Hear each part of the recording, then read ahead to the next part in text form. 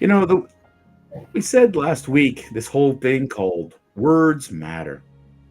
And often, you know, words have become people have become overly sensitive. And sensitivity has become the enemy lately. Where I've used statements last week like, sticks and stones may break my bones, words couldn't hurt me. But apparently there's an entire generation of people who believe that when you try to be nice to someone and you use the words like dear, that's offensive. You've hurt someone. You've offended them. And Stuart will tell you why he thinks it is idiotic beyond reproach. Ladies and gentlemen, welcome back to the network. I am David Solomon. He is Stuart Brisgell, where we dive into some of the most idiotic things in society today, which does include this stupid thing. We deal with pop culture, news, current events, politics, so much more. Folks, it's a daily pain in the ass that we deal with in this case, where people have decided that I'm going to be the word police and going to tell you how to speak. So sit back and relax as today we take a bit of page away from the norm of craziness in the news. We're not talking Biden and Trump today, but we are going to talk about the language police. And Stuart, you and I grew up with the language police here in Quebec, where if you didn't speak French or you didn't have French signs, you got walloped by the police with major fines. But today, if you walk on a university campus, and as a male, an identified male, I refer to what I think is an identified female and said, "Thank you, dear," I'm likely to get punched in the mouth up here in the north, Stuart. But you don't like that. What say you in this case? Hey, Stuart? Okay, David wants to cattle prod an old timer.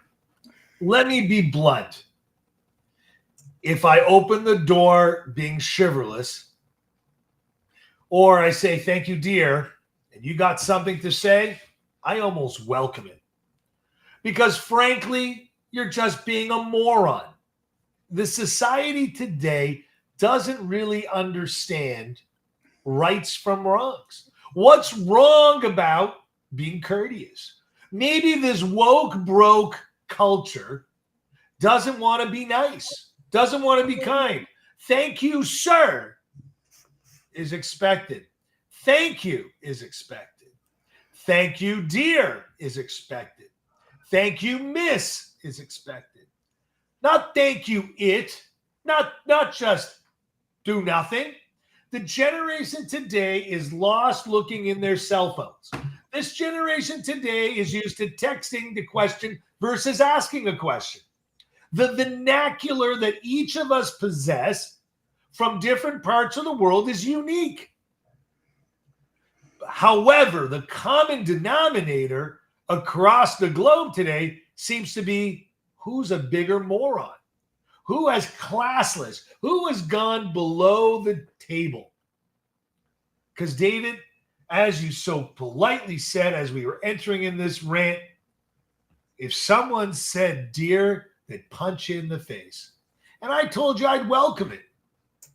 Because the first person that would object for me to being polite and courteous, I'd verbally tear them down to the ground like a piece of crap. Because exactly what you have to do to these moronic people, because being politically correct seems to be exactly what they don't want. So why are you not engaging them in the trash comments that you deserve to be talked to?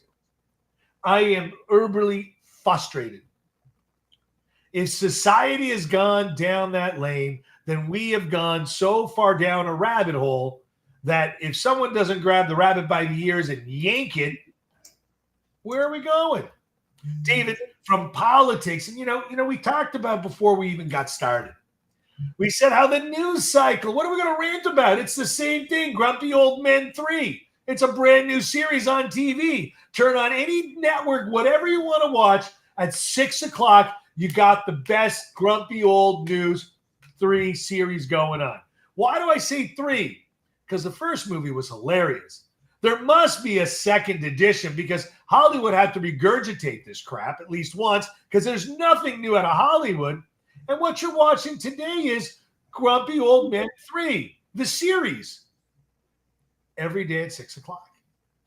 And they themselves can't help themselves but being vitriol, and both of them being the least presidential candidates in the history of politics. Not talking Trump and Biden. Why did you go there? Because I wanted to talk about political etiquette and about political correctness and about, yes, go throw one back again, David. And it's about being politically and properly correct. And if they can't do it on the friggin' news and they can't do it on the stage, then you're right, David. Why would some millennial, now let's not insult millennials, some woke, stupid person get insulted with, yes, dear? I don't care if you're transvestite. I don't care if you're gay, you're straight. Thank you, dear. If you present yourself as a woman, you get the terminology dear. If you're a female, it's dear. You want to know something, David? I had an English teacher. Actually, I'm going to call her an English teacher. I'm going to call her an English language teacher in grade 1 at West Park. Her name, or grade 2. Her name was Mrs. Hunting. And she used to use thank you to a boy. So when you say thank you, dear, is it masculine? Is it feminine? David, the world has gone nuts. And you think I'm twisting this around and bringing you in a vacuum or in a cyclone, because I brought up politics. I brought up woke and stupid people. I brought up, when I was in grade 2.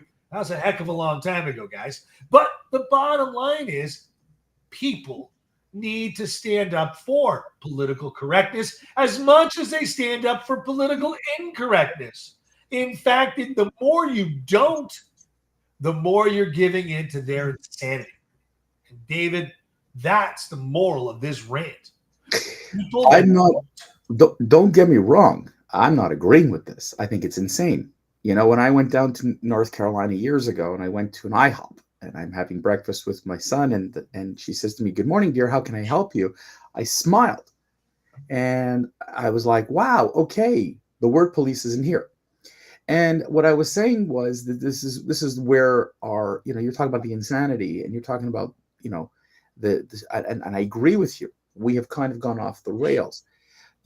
I just don't think that people understand or want to understand. There's an entire generation there that doesn't want to understand. They don't care.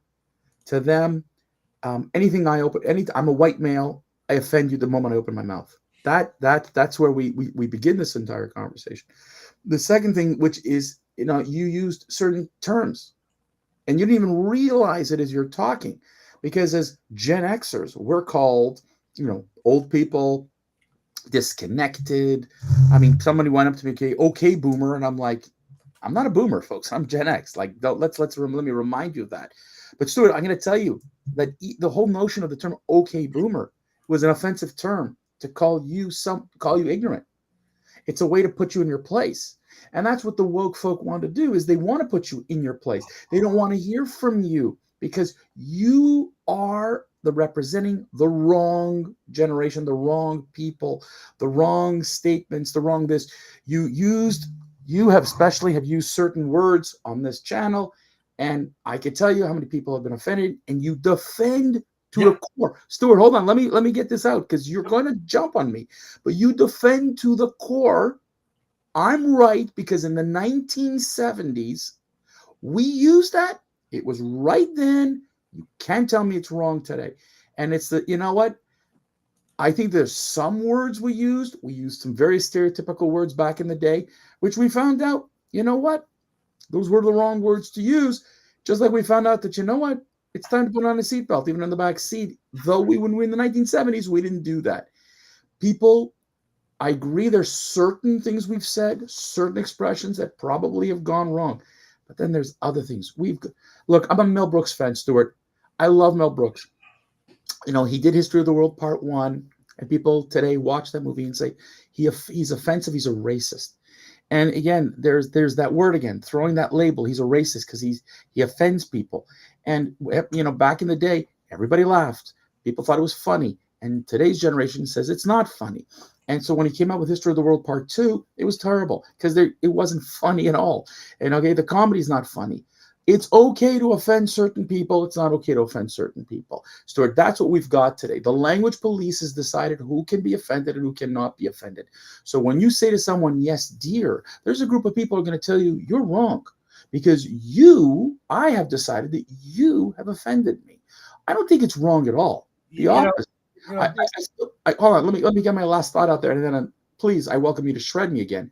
But my thing is that I do believe that there is a difference between men and women. Not bad, but we're different. okay. And I still believe in holding the door for anyone, male Okay. or female. But when there's especially a female, I'm very happy to open up a door for her. I'm very happy to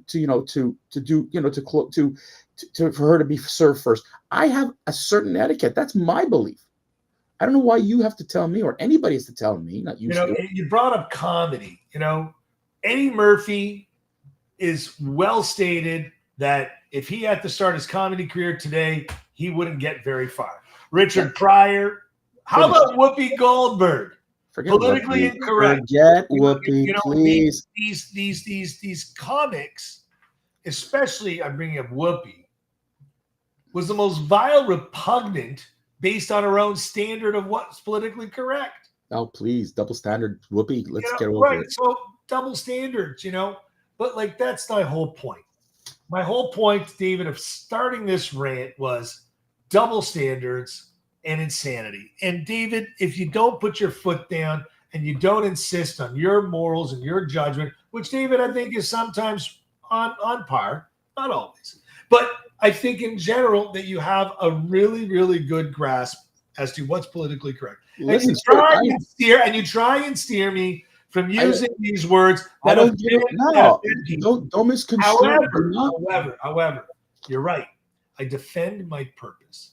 I defend my point, because the word in the dictionary is the word that I'm using that has multiple definitions. And if you are closed-minded and wear blinders and are unwilling or unable to look at the definition of the word, even in the current Webster dictionary, then is it my fault that you're a moron? Is it my fault that you're stupid? Is it my fault? It's not. And the fact that you're saying it is, you're now broke as well.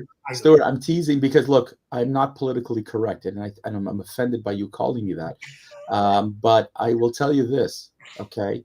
I know I'm impolitically correct. I'm politically incorrect. That's the right term. I'm politically incorrect. Okay. And I know it, but I also know the words the trigger words. Because when I see, there's this great divide. I live in the North, and although I'm not in the United States, I'm still in that North where I'm still impacted by the New England, elite who still think that they guide the world and they're the most, they're the intelligentsia and whatever. But these are the same folks who brought you, Ivy League schools. And these are the same people who brought you critical race theory. And these are the same people who brought in these professors who poisoned the minds of your children. And that's what today's society is. Millennials are super offended today. Yes, parents did their job. And let me tell you, some of them did it terribly. Okay. But the universities took it to a whole new level. And it's not just Gen Z, it's the millennials. You talk to millennials, Stuart, and in your words, if you go 1 centimeter, 1 inch out of line, I mean, the yelling and screaming you get with many of them is just ridiculous. Okay. It's refreshing, like I said, when I go to the southern parts of the United States and people talk openly. And you know what? It's not about being offended.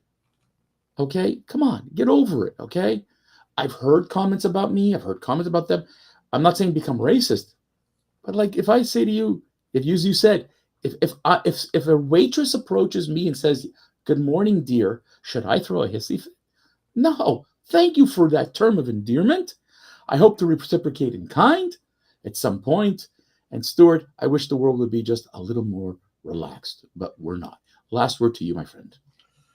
David, the world doesn't need to get relaxed. People just need to stop catering to people who are not using the political correctness that has made our society the greatest nation in the world. And to be honest with you, on Canada Day, which we spent very little talking about, I'd like to wish each and every single one of you that is in Canada, happy Canada Day. It's get rid of the British today. Well, wonderful day. It really wasn't, but that's very American of you. Thank you so much, ladies and gentlemen. On that note, wishing my friends a happy Canada Day, and wishing that next time next year, we're on the verge of change here in Canada. That's a rant for another day. That's it. We're done. Monday, Wednesday, Friday, noon Eastern. That's when you're going to catch the Rant Network, ladies and gentlemen. We hope you've enjoyed this. I know it was a little bit off the topic, but you can go, think about that. How many times you've had to watch your words because I might offend somebody. Oy, oy, oy. We appreciate it, folks. Check us out on social networks. Check us out at therantnetwork.com. If you've missed a prior episode,